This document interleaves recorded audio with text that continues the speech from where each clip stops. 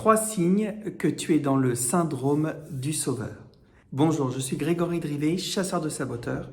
Ça veut dire que je chasse les petites voix qui sont dans ta tête, qui t'empêchent d'être toi-même et qui te font mariner dans ce syndrome du sauveur. Le premier signe très flagrant que tu es dans ce syndrome du sauveur, c'est que tu donnes des conseils à tout le monde, que tu es l'expert de tout et de rien. Oui, le sauveur a envie, bien évidemment, de faire plaisir, de trouver les solutions pour les autres, d'être le premier. C'est comme ça qu'il se nourrit, je vais t'en dire un petit peu plus après. Alors, il se met à donner des conseils pour tout et rien, avant même que les gens ne lui demandent. Le deuxième signe que tu es vraiment dans le syndrome du sauveur, c'est que tu vas faire à la place des autres avant même qu'ils te le demandent. Je me rappelle d'un coaching où j'accompagnais un couple et la femme disait « mais tu ne fais jamais rien, tu ne prends jamais d'initiative, c'est moi qui fais tout pour sortir, etc. Sinon on ne ferait rien de nos vies. » Et l'homme de répondre « oui,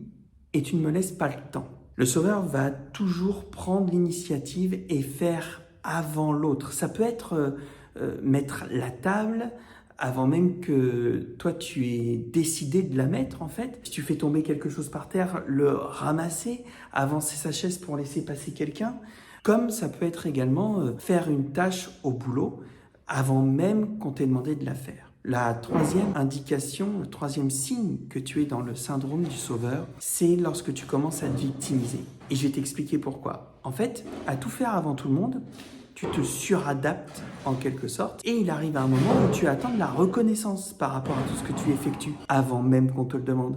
Sauf que comme on ne te l'a pas demandé, eh ben, les gens te remercient rarement ou te font rarement des reconnaissances.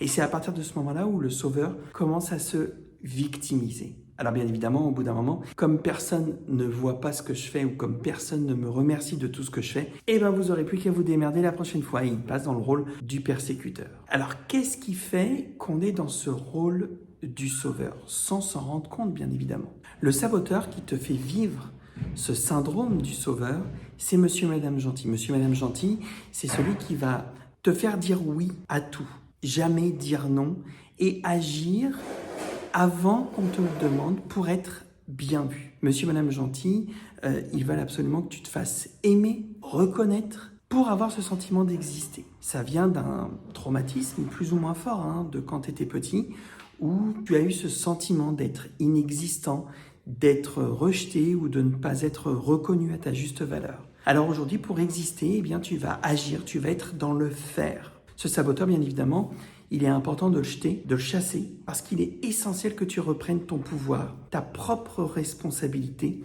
pour toi en premier. C'est la seule façon que je connaisse de sortir de ce syndrome du sauveur. Si tu connais des gens qui sont dans ce syndrome, partage-leur cette vidéo. Et si toi-même tu y es, dis-moi en commentaire comment est-ce que tu agis avec ce monsieur et cette madame gentille. Pense bien évidemment à t'abonner. Je t'embrasse. La chasse reste ouverte.